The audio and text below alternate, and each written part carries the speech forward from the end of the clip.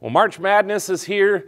Spring training baseball games are being played. Spring is close, and aren't we all ready to get there? I'll tell you what isn't madness is the month of March at the Anoka Area Chamber of Commerce. Hi, I'm Pete Turok, president of the Chamber, and this is the March edition of the Chamber of Commerce. And here's why March isn't crazy, because February's nuts. And I talked about that on last month's show, and we'll get into that in a little bit. We got a great show coming up. We have some of our member profiles, a chance for you to find out who some of our member all-stars are. We're going to get an update from John Cox in the city of Champlin. And more importantly, you are going to get a segment of what was one of our biggest luncheons of the year, our State of the Cities. Tom Weaver's here, chairperson of the board of directors. We're going to talk about a visit that we had from a representative from the Minnesota Chamber of Commerce and a whole lot more. We're going to get into it right after this.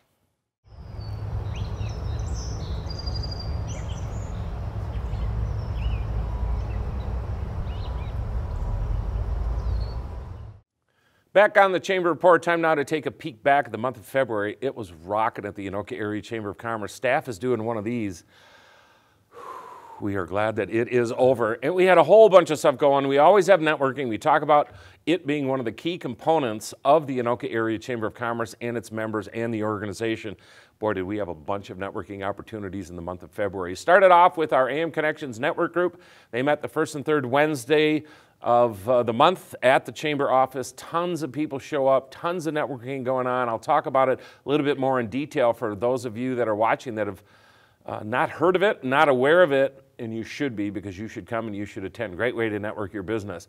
We then had our Chamber Member Luncheon. It's our annual State of the Cities Luncheon, an opportunity for us to hear from our many member communities. In fact, we had 8 of them represented at the event that was held up at Greenhaven on the 10th of February. That event dealt with mostly mayors. We also had some city representatives from our area communities, and they all gave updates about what was going on in their respective cities. So as you can imagine, a big turnout, a chance for people to come, listen, and hear what has, is, and will be happening in those specific cities, and more importantly, in the region. So we heard everything from Dayton to Champlin to Anoka, Andover, Coon Rapids, Ramsey, now then St. Francis, and a whole lot more. We're going to have a clip on some of the pieces from that show a little bit later in this show, so I want you to stay tuned for that. You will like what you see. Then later that night on February 10th, we had one of our quarterly Wines and Steins networking event. We had people show up at Buffalo Wild Wings in Champlin, a chance for them to network, a chance for them to taste. It was a beer tasting. So representatives from the different breweries that Buffalo Wild Wings worked with showed up, educated the people there about the types of beer that they were having, and of course always the food component, and with Buffalo Wild Wings, pretty hard to screw that one up. So thank you to the crew over there at B-Dubs, as my daughter has called it since it opened, and a great networking event and an opportunity for our members to get together, network, and have some fun to boot. We also continued to plan with upcoming events. We have a membership drive that's coming up for the Chamber. We'll talk about that a little bit later next month. I've mentioned the Anoka River Fest and Craft Fair. It is a Chamber-run event coming up on the 11th of July in historic downtown Anoka.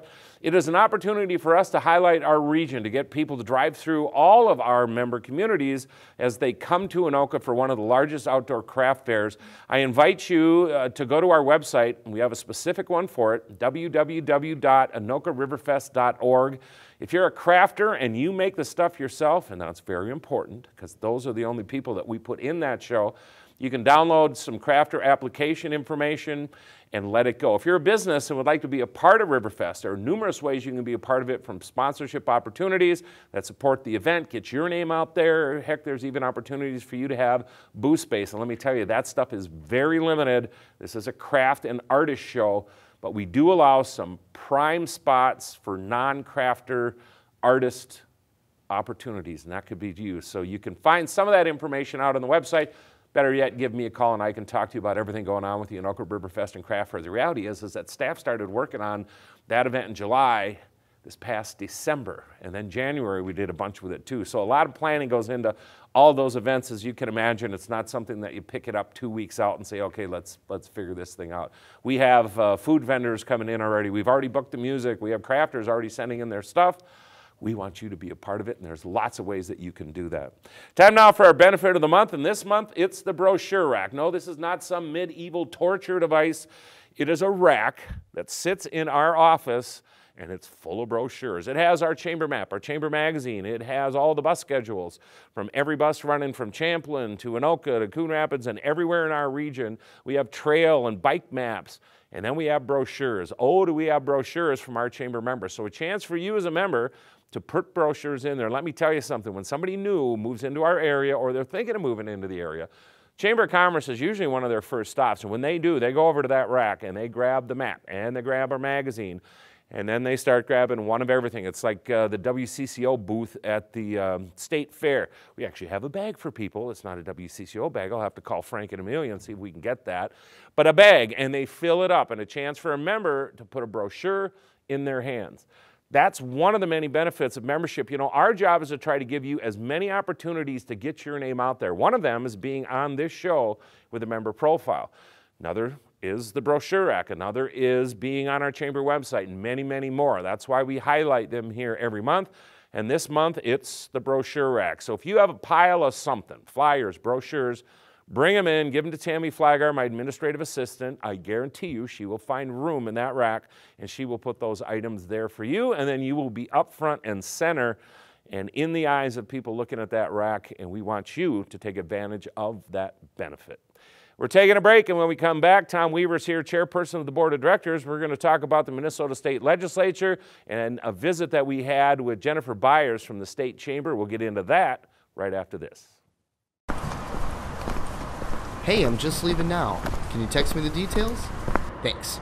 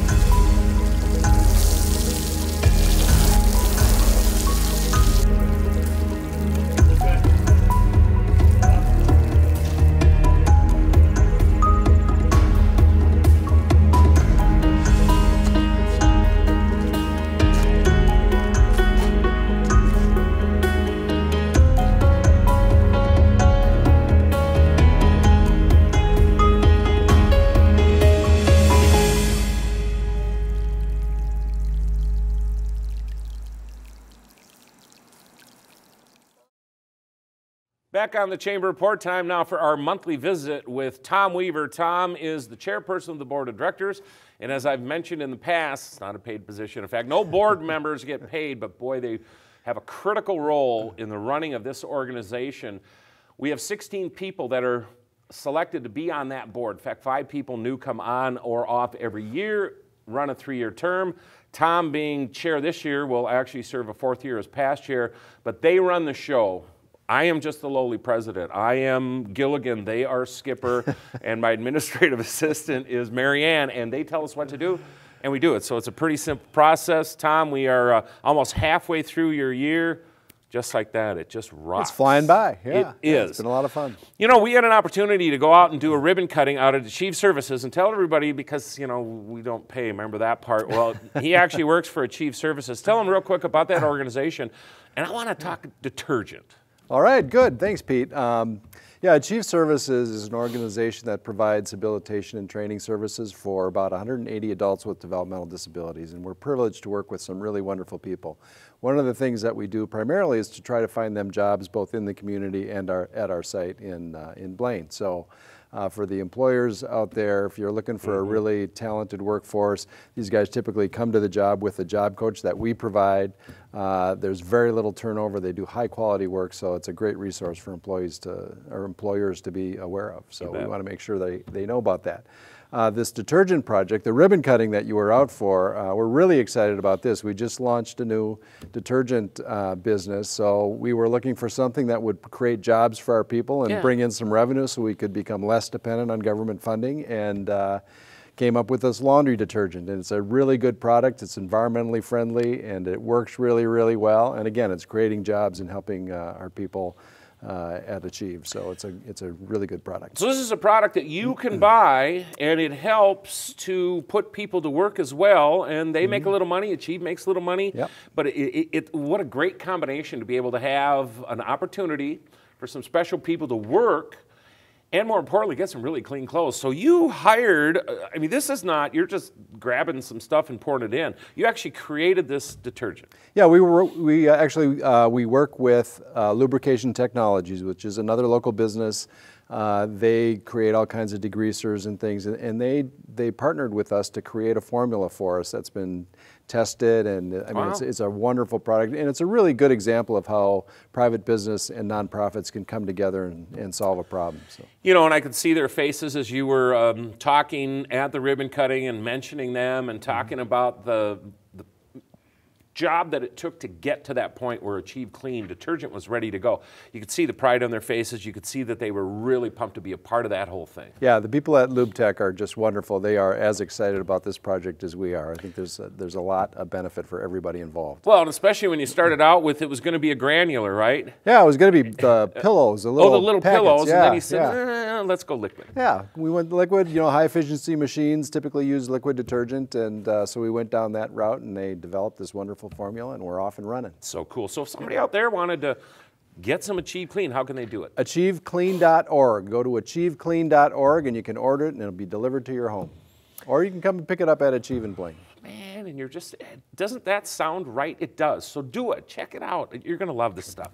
All right. Now, the part where we make him come in and run this show, and that is a chamber board meeting. And so the board just recently met. One of the things that occurred, and it happens from time to time, I've been at the chamber a long time, and not everybody who signs up to be in a 3-year term can fulfill that sometimes. And Tom, we had a situation where somebody had a job move, and so we had a vacancy on the board, and the board discussed it and made a move. Yeah, Tracy Hannon, who's was with Ace Solid Waste, a wonderful board member, a fabulous person, went on to another exciting opportunity and had to leave Ace, and so she had to step down from the board. That's the bad news. The good news is we have a wonderful new board member in Tammy Larson, who's with Concierge Title. So we're really excited to welcome her to the board. Yeah, and next month we'll get an opportunity to say hello to her. She's a chamber ambassador, has been a player as she's gotten more involved with the chamber. She's going to make a great board member. So she will pick up where Tracy's seat left off. She will fill out her terms. She's got about 2.5 years on the board. Oh, we will get our money's worth out of Tammy Larson at Concierge Title, and we welcome her to the board. Real quick, I want to mention Chamber Gala Dinner. You know, we talked about it. It's been on this show with discussions and everything going on. At the taping of this, it hasn't happened yet. We're the day before the gala, so if I seem a little hyped up, it's because we're this close to having it end, but by the time you're watching it, it will be over. I'm not trying to confuse you. We will touch this next month, but Tom, board has been kept up to date with what's going on, and the giving has been incredible, and sponsorships, we're ready for a big one. That's what makes the gala work. It's the volunteers who help out, it's the sponsors and donors, and of course everybody who buys a ticket and shows up at the event. It's a wonderful event, and I'm sure we're going to have a wonderful report at the next taping. Yeah, can't wait. 380 plus coming right now. It's a huge event, and that makes February rockin' and March a time to catch up for everybody involved. So we'll cover that fully next month. All right, I've teased them enough.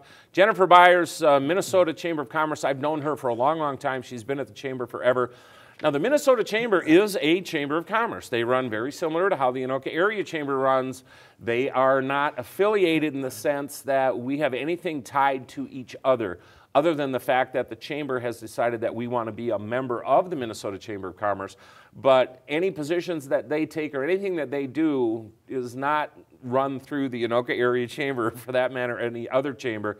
But boy, they're a great resource. And Jennifer Byers and Tom, somebody I know that you know from some past lives you've had at the Capitol, she's one of the best, and she came out and talked to the board. Yeah, we had a great visit with Jennifer, and she went through some of the state chamber's priorities for the session. And you know, things are a little different over there this session. There's a Republican-controlled House, a Democratic-controlled Senate, and Governor Dayton obviously is still there.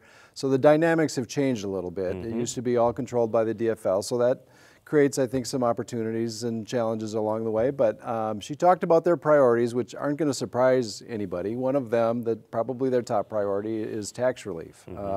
You know, we all know that the corporate income tax in Minnesota is high. We're still third in the country, and that's not a list you want to be at the top of. You want to be down at the bottom of that particular list. So they'll be working on that issue. And in addition, our personal income tax is high in Minnesota. And this may surprise a lot of people, but about over 90% of Minnesota businesses actually pay their taxes through the individual or personal income tax, just because small businesses are set up that way. So that has a huge impact on business as well. So they're going to be working on that. They're going to be working on workforce development. That's another big challenge. We know from polling our members, that's a big issue for our members here in the Anoka Area Chamber. So, you know, there are a lot of things that we need to do to make sure that our education system is preparing workers for the jobs that are out there. So that's another priority for the Chamber this session. Healthcare continues to be a big issue for our members, and that's another issue that the State Chamber will be working on. You know, the premiums for healthcare insurance continue to go up at unsustainable rates, and the Chamber is working to try to get some control over that.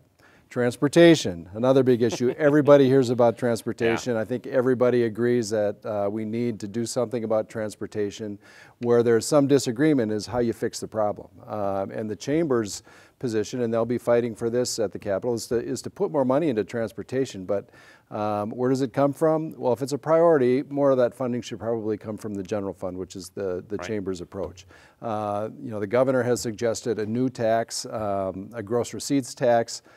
The Chamber doesn't believe that that's the right way to go, that's necessary at this point in time. So while we do all agree that there needs to be a transportation fix, they're pretty far apart in what the solution ought to be. Labor management is another issue that they look at. There's some mandates that are being considered to be imposed on employers. The Chamber typically gets involved in those issues. Environmental regulations, you know, the Chamber always is up there watching to see that any regulations are reasonable. We need to protect the environment, but, you know, permitting processes should be streamlined, and, you know, regulations that don't make sense should be repealed. So we are really fortunate to have the Minnesota Chamber up there advocating for us. They're one of the most well-respected groups at the Capitol, and they do a bang-up job up there. They do, and you know, from a small chamber standpoint compared to some of the bigger ones, you know, I will get a call from Bill Blazer, or I will get an email from Jennifer, and they'll say, hey, this issue's going on. Could you talk to this particular legislator or not? And I've done that, and I do that continually. You know, we have surplus. That's the one good thing, and especially when it comes to transportation, I don't think there's a soul out there that doesn't know that we have issues and problems when it comes to it. We've got aging bridges, we've got aging roads that are nearing and now going past their due life, and more importantly, we've got everybody and their brother with the growth that we saw and now we're going to see again because housing is popping back. Are we ready for that? So we are in a dilemma. It was ignored for many years, and it's time now for something to happen. The governor seems to be in line with that, but how you're going to get it done could affect all of us and how that thing's going to go. So that's an example, as Tom mentioned, where the Minnesota Chamber's out there playing for us. And they are like us in the sense that everybody, I think, thinks that they're big, massive companies that are a part of the Minnesota Chamber. Yes, they have big companies, but that does not make up the majority of what they are. Just like with us, I mean, you think about it, 85% of who the Anoka Area Chamber's 600 plus members are 10 employees or less. And if you look at the Minnesota Chamber, 80 to 85% are 50 employees or less. So really, they are just a microcosm of what all of us are. Yeah, they really are. They represent the same segment of the population, and our interests are very much in common. Yeah, and it was great to have Jennifer out. Jennifer will be out a little bit later as things wind up, and we'll see how we did, and it'll set the stage for where this thing goes for the next year and the next year and the next year, because as you all know, politics is always an interesting cat, that's for sure. So it's something that we stay on top of, we'll play with, especially that transportation piece. You know, we're looking at Highway 10 and what we can get going. That Armstrong exchange is gonna happen with construction starting as soon as it can. But you know what, there's this push and hope that maybe we can get rid of those lights. I know Anoka's working on it, Anoka County's working on it, Ramsey's working on it. I've been a part of some of the programming committees on that thing. You try to get 3 players together, and then more importantly, how do you come up with money? It's always the issue of money. Why is it always the issue of the money? But we will continue to push it, because better transportation helps you stay here so you don't move, so that you'll spend your money at all of our members, and more importantly, maybe we can get some more businesses, more homes, more growth for all of our communities. We're pumped. Let's hope we can get it. All right, Education Committee is a play that we've got going, and they had an update, Tom, on some cool stuff going on. Yeah, there's some great stuff going on, Pete, and I know you've been involved in that and probably are more versed in that than I am. So why don't you take that one? Chamber Scholarship Program, we just dealt with judging that was occurring there. A bunch of high school kids from all of our cities, member high schools, from Legacy in Andover to Andover High School, and Blaine and Coon Rapids and Champlain Park and St. Francis, all had an opportunity since last September to put in an application and a process that we have put in place at the area high schools through the career coordinators to get some chamber monies, anywhere from $500 to $1,000. Judging has occurred. Too early for me to give names because we don't like to do that. In fact, the schools don't want anything kind of out until their scholarship nights, which happen middle of May. So when the time comes, we'll let you know who our scholarship winners were. Thank you to the judges who volunteered their time to judge those applicants. And hey, we love giving out money to kids who want to better themselves and have some sort of a business touch to their career. So I'll get into that a little bit later. Then we did a Buzz on Business Tour Day. We do this once a year with area high school students, and an opportunity for them to go to a couple of big old rectangle buildings, and you all drive by them too, kind of in a warehouse district scenario like Connexus Energy or DecoPac in Anoka, Connexus Energy in Ramsey. So we had those two businesses host students. We kind of put 50 in one, 50 in the other, and then flipped them. A chance for them to find out how many different career opportunities are in that one building. Everything from being a CEO to an administrative assistant to health coverage or human resources or somebody who's stuffing boxes full of product to engineers and designers and everything else. I think those students have no idea when you drive by one of those buildings how many jobs are there. And thank you to both of those businesses for giving those students the opportunity to really get a feel for what's going on. And Tom, our mentality has always been, you can read about a business in a book and a career, but boy, walking in and talking to the real people is the key. Yeah, and that's, you know, that's a small piece of this whole workforce development effort that we're all engaged in. You know, if we can show students what jobs are out there, that helps them, you know, follow the right course to get those jobs that are interesting to them. So, you know, it all fits together. And in their backyard. I mean, we've talked about this with manufacturing. For years, we've been hearing about the issues that they have with trying to find qualified people to go to work for them. And so we've actually initiated some action with the workforce centers in the region, and some great things coming out of that. The state chamber's working on this too. Business is hiring again. I don't know that we're back to where we were, but business is back.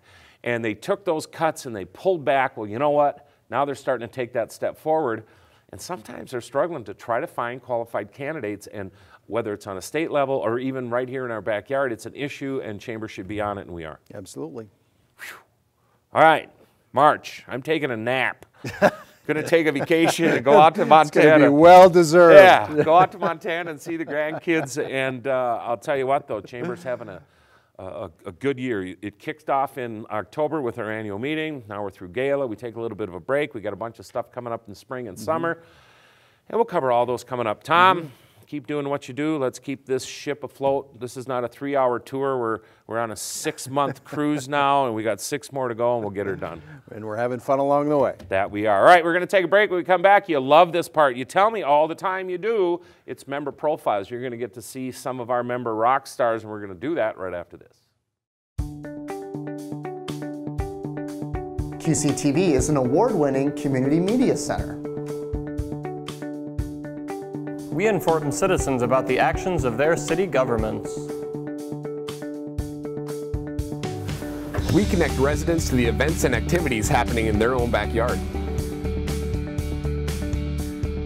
We engage others to provide local programming to our Channel 15. We innovate, offering live event coverage via our website and on-demand streaming of regular programs.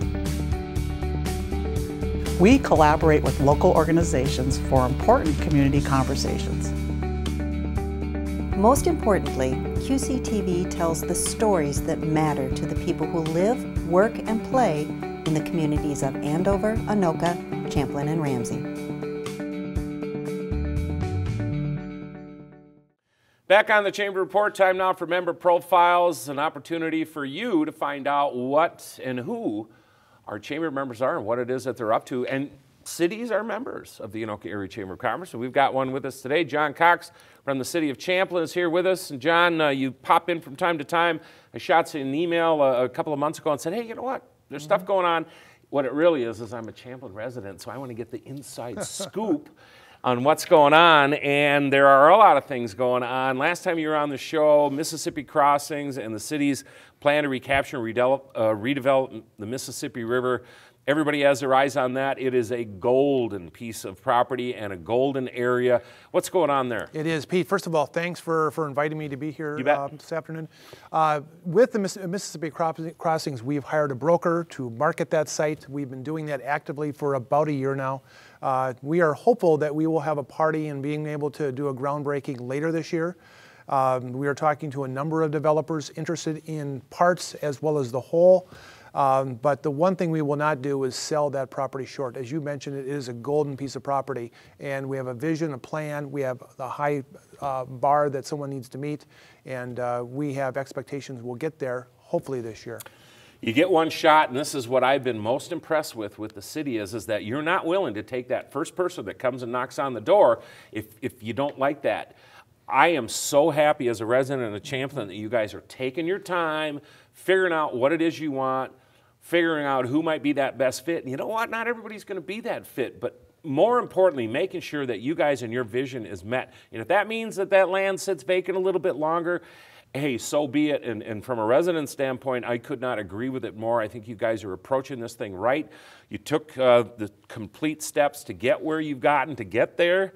And now, man, you get one shot to make that thing right. And I'm excited to see what's going to come when that time finally comes. And I know you can't say anything, so you won't, but boy, fingers crossed, it could be just an extremely cool scenario down there. That's what we're shooting for, Pete. No doubt. All right, so besides Mississippi Crossings, what other developments are going on in the city? You know, you live in the community, you've seen some of these things. We have a couple of things that people will see on the horizon as they come to the town. One is Acorn Mini Storage, which mini storage probably isn't that exciting. However, this is 100,000 square feet. It is their new prototype that they're bringing to the marketplace. They have dozens of different types, styles, shapes of lockers that people can rent. Those who are interested in space, I would encourage them to check out Acorn. We're very happy to have them in town. In addition to that, we have Alina Medical, which you can see that building going up. A little unique in the sense they're building their new facility while they're operating out of the old. This spring, that will change, and they'll move into the new facility while they take the old one down and then bring in the parking lot. So people will see that over the next 6 months. What a beautiful building, by the way, John. It is. You know, I've had a chance to get back there, between getting the haircut at Fantastic Sam's or heading to Broadway to get pizza or Culver's for a butter burger. But what a spectacular building. I mean, from what they had, which had served them well, and to this day is serving them, decades-old building to now something that they've got to be proud of, and what a great addition to the community. It is. You know, and earlier in the program, I know you talked about housing starts and new people coming to the area, and that's the other thing that we're working on. We have 3 new housing developments in Champlin that are bringing rooftops, being able to provide support to a lot of the chamber businesses.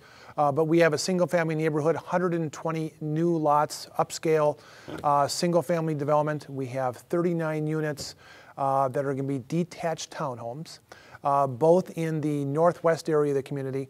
And then one that we haven't seen, and that is Applewood Point, is coming in with a 5-story, 70-unit senior co-op building on the Mississippi River. Wow. And it is a company, United Properties, so I think we all know, a Polad company, that's coming in with that project, and it's the quickest they've ever marketed and moved through a site in terms of securing reservations. So we are very happy to have them here and excited to get that project started later in 2015. What thing or things somebody out there watching would be surprised and interested to hear about that's happening here in the city? You know, the one that comes to mind, Pete, is, and one that we haven't talked about too much, but we will be talking about more in the coming months, and that is the sale of the Mill Pond Gables. Mill Pond Gables is a senior housing project that we built in 1997, 48 units, built as an affordable housing opportunity for seniors in our community. We have come to the point, 17 years in, determining that it is an asset that has value. There are other people out there that can do it better than us. So by selling it, we can make a profit. We can bring somebody in who does a better job. And then we're also looking for somebody who can also expand the services and expand the campus. So it really is a win-win-win, tenants, new developer, city. And we'll be hearing more about that in the next 60 to 90 days. Great to hear about that. We also talked a little bit about BP. Yes. BP, everybody knows about the gas station that sits closed down at 114th and 169. That will be redeveloped. The Planning Commission actually last evening just went over a site plan that will look at leveling that gas station and bringing in 2 new commercial buildings in that space, providing, again, new services to the community, new chamber members, get you up to closer to 700, Love that. and provide, services for the whole community. So. And I'll tell you what a prime spot. That stuff's going to go quick sitting there on the corner of 169 and 114th. That is some prime stuff. John, you talk about all that housing. How close is Champlin to being done with flat land where housing could go? You got to be getting close. We are. The 3 developments that I talked about really puts us probably within the 90 to 95% completed category. And a lot of the stuff we'll be seeing in the future is the Mississippi Crossings, those type of redevelopment infill projects. Exciting projects they are, but not the same thing as raw land and big developments. So John, if anybody out there that's been watching this has questions about anything that you've talked about, would like a little bit more information, how do they get that? You know, the best thing to do is to check our website, and that would be www.ci.champlin.mn.us, or we are now on Facebook. You can check us out on Facebook, City of Champlin. Oh, the world is just changing so fast. Chambers on Facebook too, now the city is. That's great to hear. John, would you come back maybe in 6 months and tell us where things are at and give us some updates? I'd love to. That'd be great. He is John Cox with the City of Champlin. Thanks so much for being on the show.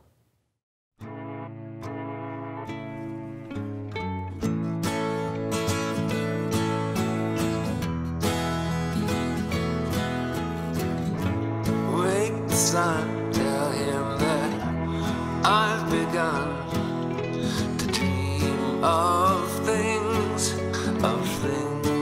to come, and tell the trees not to look for me. I'm going to find some peace of mind. Wake the sun, wake the sun, wake the sun, wake the sun.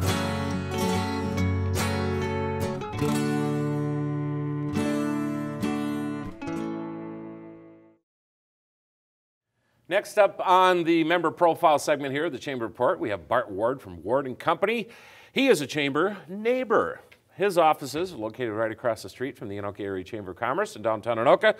Bart, welcome to the show. Pete, thanks for having me here. So how does this work? My 2 favorite people in the city of Anoka, you being Wow. working there, I'll take and that. Tom Weaver, and I'm in the same building with both of you. I'll tell you what, there will be a bill when you head out, so just pay it, and Tom and I split that equally, and life is good.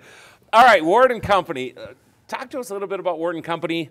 How long have you been in business? Pete, we've been in business 36 years. I'm from Anoka, but moved to California back in the 1970s and 1980s. Got the firm going out there. The company was called Lear Pfeiffer Ward Corporation before I moved back to the Twin City area. And you have history in this town. Heck, we had an opportunity yesterday when we were in a meeting with another organization that Bart and I belong to, and we were talking about permit number 1. Tell them what that means. Well, my family started the first trucking company in the state of Minnesota. Our Minnesota warehouse license was number 1. That's cool. We were the first to file with the Interstate Commerce Commission when that was created in the early 1900s, but we actually got started in the dray line business, being horse and dray wagon as opposed to tractors and trailers. And by the 1970s, we were a regional concern that had a lot of tractors and trailers, and it was, you know, to go from horse and buggy to 52-foot trailers is quite a story. That is quite a story. Yeah. And speaking of the story of Ward & Company, what is Ward & Company? Well, Pete, we are a registered investment advisor. We've been in the investment advisory business now 36 years. We work with private individuals, not only here in the Twin City area, in the Anoka area, Anoka County area, but we have relationships out east and out west with other financial firms who refer clients to us for us to work with those individual clients managing their portfolios. How'd you get into business? You know, it's interesting. My mother and father bought me a game when I was a young boy, made by 3M. 3M used to be in the game business. They had these box games, about 4 or 5 of them, and I've acquired a few of them over the years and recently donated one to the Museum of American Finance in New York. The game is called Stocks and Bonds. And while all my friends were playing checkers and chess, although I did play a little chess, I was playing stocks and bonds when I was 12, 13, 14 years old, and pretty much knew by the time I wanted to go to college that I wanted to be in the investment business. Wow. Got a job out in Los Angeles while I was going to UCLA with the Securities and Exchange Commission, worked as an intern there, and by the time I got out of college, I was on my way to knocking on doors to get in the business. It all started with a board game. How cool is that? Yeah. Yeah. All right, so there are a lot of firms out there that people can go to. They can buy stocks, they can buy bonds. What makes Ward & Company different? You know, a couple of things. First of all, we are very focused on New York Stock Exchange listed companies, and only 134 of them. We follow the companies listed in the Dow Jones Industrial Average and the Standard & Poor's 100. For 36 years, we've analyzed the same core of companies. Now, if the Dow pulls a stock out, or if the Dow Jones puts a stock in, then we'll drop that stock out and put one in. One caveat to that, they have to be New York Stock Exchange listed, and there are some stocks in the Dow Jones Industrial Average that are not NYSE listed, and we simply don't do those. So we've added a handful of other big name companies. So the focus is really important on us. Second of all, me coming from a regulatory background, we are very highly regulatory focused. A fellow that I've worked with that has been in the regulation business for 30, 35 years, has been with us, keeping us on track, and knock on wood, I think it has a lot to do with policies, but we've never had a complaint filed against us in our 36 years. And for a securities and investment firm, that goes a long ways. It surely does. You know, we've all seen the crashes and the Great Recession and what happened here over the last 4 or 5 years and some changes.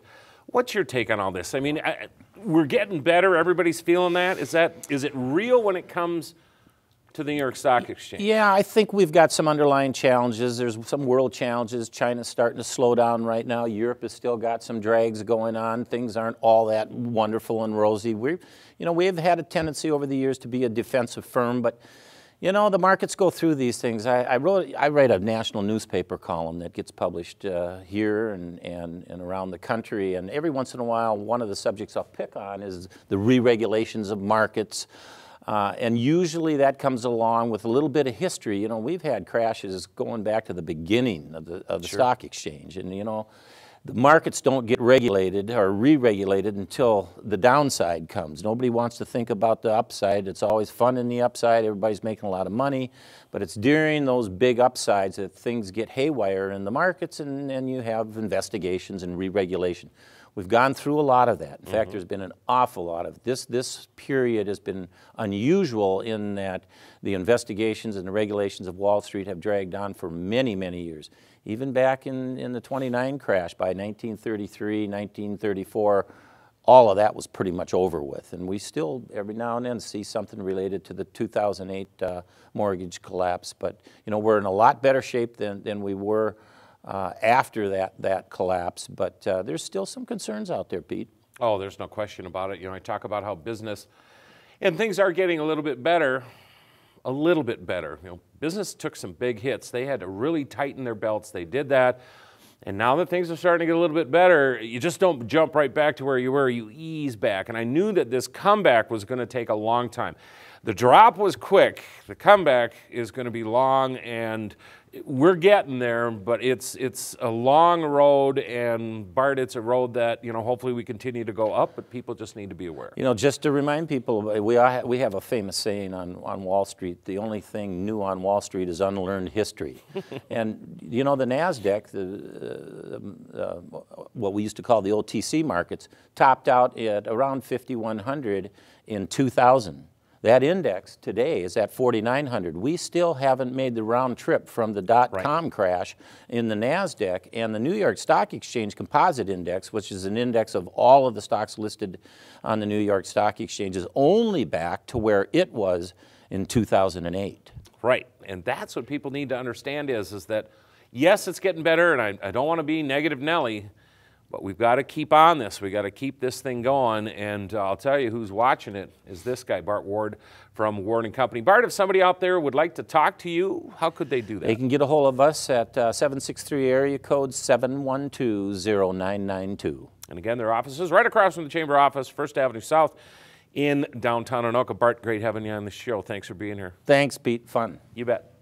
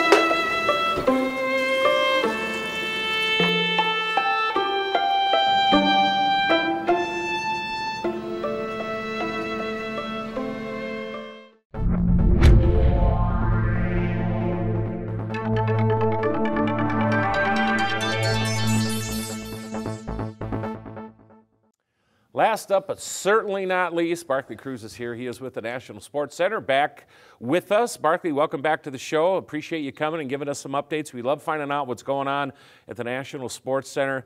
And one of the big things going on is there's been a little change up on top. Let's talk about that. Yeah, we have our first change of executive director, Paul Erickson. Many people know Paul. He was our director for 27 years, served under 5 governors, and retired. So our new executive director is Todd Johnson, came on board about the 2nd week in December. Todd's background is that he was government relations director at Alina and at the Minnesota Department of Health, and was a board member of the National Sports Center for 4 years. And he's, like I said, he's been on board since December and learning the business. He said it's like trying to drink from a fire hose, you know, trying to get up to speed, because there's think about Paul. There's a million things going on up there. Yeah, and well-deserved retirement for Paul. I mean, to take that thing from basically a pile of dirt at the beginning and bring it up to what it is today is an incredible journey and a retirement well-deserved. Paul, hats off to you for everything that you did. And the first thing I know Paul would say is hey, there were a whole lot of players that helped make that happen, and it's true. But Paul was just that driving force that kept that focus going forward. Always a visionary with the group, and boy, what a job he did. Well, Paul was a builder. He was happiest when he was embarking on new projects. And some of his ideas were not universally embraced initially by everybody. Sure. Building the Schwann Super Rink, 8 sheets of ice now that we have, pretty risky proposition to make that successful, but it's been wildly successful. Right. We built a golf course when the golf business was a little shaky. And last year we had our best year ever at the golf course. Right. So, you know, he was willing to take some risks, and the trick for us is to keep the engine humming along, sure, and continue to grow. You know, if we don't grow, you just slide backwards. You bet. Speaking of that, what's happening out at the National Sports Center? We're growing. Yes. We are under construction building what next year will be 8 new, we don't say soccer fields, they're multi-use fields because they'll be used for rugby, lacrosse, ultimate, any field sport. Yep. And they're going to be located for people familiar with the campus and the neighborhood, north of 105th and south of 109th, east of the existing fields on the north side. We eventually will build 20 new fields there. So right now, last year we played on 46 fields. 8 more gives us 54 for next year. They should be ready to go early fall. We hope to have them ready for USA Cup in July, but not going to be there. Right. So they will be playable at some point, probably later in the season next year. But once they're in place, they will be in play. Those things are going to get used, aren't you? There is a need.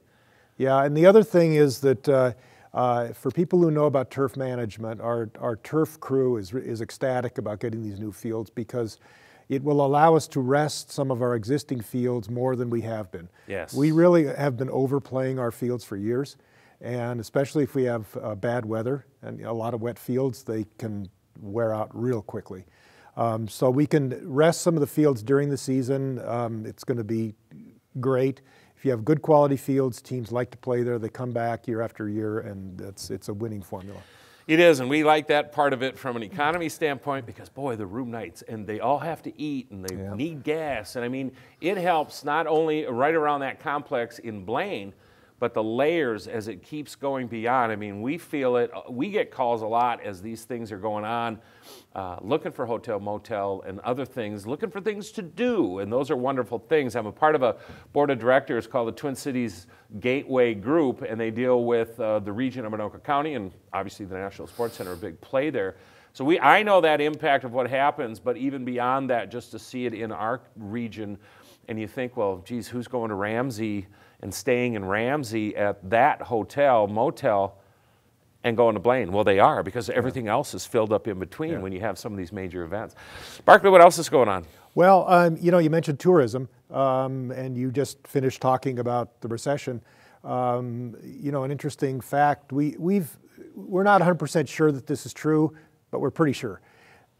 Amateur sports is recession resistant. It's not recession proof, but it's recession resistant. And we've had some of our best years during the recession. And the reason is probably families are reluctant. They'll cut back on dinners out or movies or some of their retail purchasing, but they're not going to take their kid out of youth soccer or youth hockey or whatever their kids are doing. Because the family experience is important to the families. So they keep playing. Example of a really dramatic tourism event. We had an event, it wasn't our event, but it was a rental event that came in and used the Super Rink for a hockey tournament in January called the Minnesota Gone Wild tournament, run by a company out of California, actually.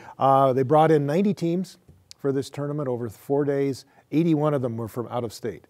And they were staying all over the place because it was mostly tourist teams. Yes, so that's a huge win. That's an example. I hope that people out there understand how lucky we are to have that campus where it is, because it could have went to a lot of different places, but to have that right on 65 in Blaine, right off 35, whew, let me tell you something, there are impacts. And Barclay, there's always something going on. I mean, we may be in the month of March, but there's stuff that always happens at the National Sports Center. Of course, we've got spring around the corner, so some outside things will kick in, but you've got stuff going inside, outside all the time. Monday, of course, Monday was a holiday, but it was a Monday. We had, the Super Rink was rocking with a tournament and then a tournament of our own. We had a soccer tournament in our Sport Expo Center. Minnesota Twins Baseball Academy was going full blast all day long in the sports hall.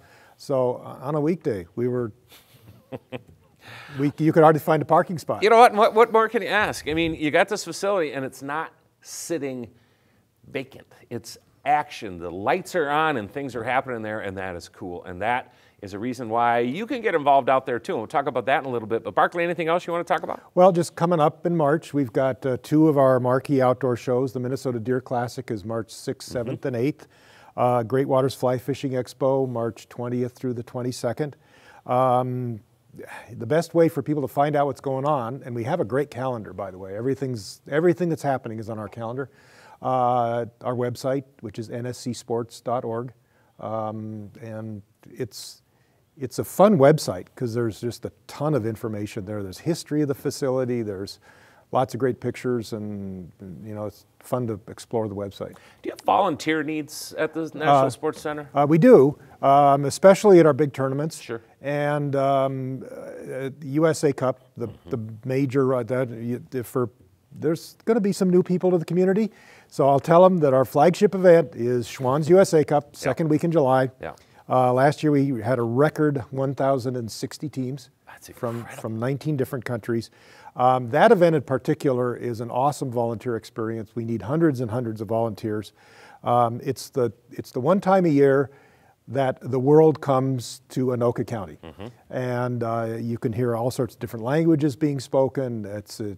And we have volunteer opportunities from just a few hours to, 12 hours a day, all day long. Sure, and all that information available on the website as well? Correct, there's online applications for volunteers. Barclay, thanks for coming back and visiting. Will you come back again, let us know what's going on? Anytime. We love knowing what's happening out at the National Sports Center. And again, that website? nscsports.org. Go to the website. Hey, and if you got some time, help them out. I'll tell you what, it will be an enjoyable experience, I'll guarantee you. More importantly, if you've got people that you feel could get involved out there from a participation standpoint, plenty of opportunity there too. Check to that website. We're going to take a break. When we come back, we're going to talk about that State of the Cities luncheon and give you a little peek at what happened out at Greenhaven on February 10th, and we'll do that right after this.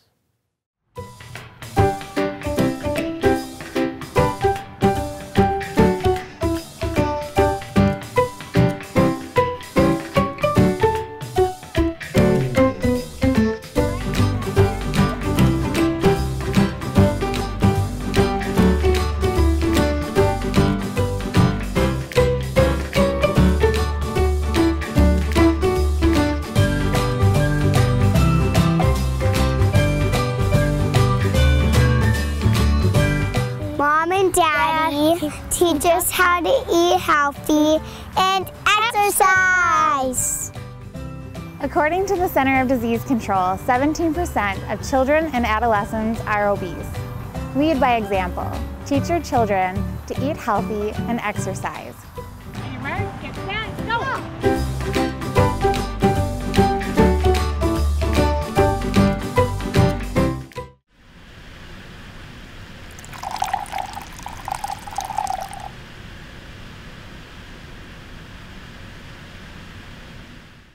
Back on the Chamber Report, I've mentioned that State of the Cities luncheon. It was held on February 10th out of Greenhaven Golf and Banquet Center in Anoka. It was a chance for our members to hear from our member communities. So most of the time it was the mayors or a city representative that gave an update on what is happening in that particular city. And we by no means have time to show you the whole thing, but we've got a clip from that event and you can get a feel for just how it went and what was happening in some of our area cities. I'm going to start off with some highlights looking backward. We had a big year in 2014. I'm not going to spend too much time on each of these, but these are big deals for our community.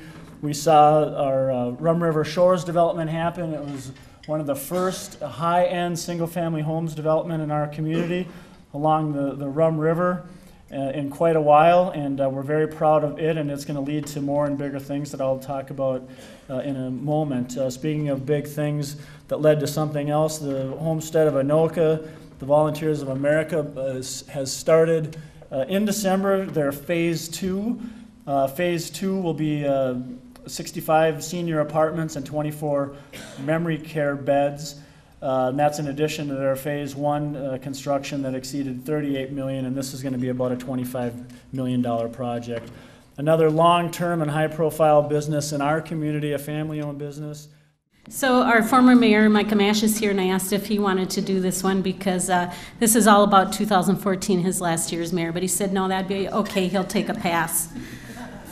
So Andover has had a lot of change. I changed chairs in the recent election and was joined by 2 new council members, James Goodrich and Valerie Holtis. Valerie's here with us today. And we have the 2 incumbents are both here as well with me today, Mike Knight and Sherry Bukula. Together we make a great team serving all the residents collectively at large. We do not have wards in Andover. So we were all really happy to welcome a new manufacturing facility in Andover Station North. TE Connectivity is a sensor manufacturer, and at the ribbon cutting, we saw people from around the world. Next slide, please. The principal is from the East Coast, but it's a company based in Switzerland. We had someone there from Ireland and from all over the continental United States. So what I'm going to talk a little bit about today is some of the new business developments that are going on in Champlin. We'll talk about some residential developments that are in process that will start happening this year. And we'll talk a little bit about some of the city initiatives that we have for the city of Champlin. So with that, we'll move on. So the first thing I would like to talk about, we've opened up Acorn Mini Storage in Champlin. We have today with us Chris Kerwin from Acorn visiting with us today. So we thank Chris for coming out and sharing some time with us. This is a 110,000 square foot facility. It's located on Champlin Drive, just off 169. If you're going south on 169, they just got their sign up here not too long ago. You can't miss it. So it's a great addition to the city. They're very happy with what's going on with the rentals that they've started already. So happy to be here today to present some updates about what's happening in Ramsey. Ramsey works as a team with the council, the staff, the residents, and business owners. We work under this umbrella of a mission to work together to responsibly grow our community and to provide quality, cost-effective, and efficient government services. Within that, we have 4 goals that we've defined: financial stability, a connected community, smart citizen-focused government, and an effective organization. I just want to run through a few points on the slides here relating to each of those goals. We did welcome 2 new council members this year with the fall elections, Councilmember Jill Johns, as well as Councilmember Christine Williams. I want to thank all of the cities that participated in that State of the Cities luncheon, and I know that QCTV is airing that luncheon. You can go to qctv.org and you can check that thing out in its entirety and find out what all those cities had to say.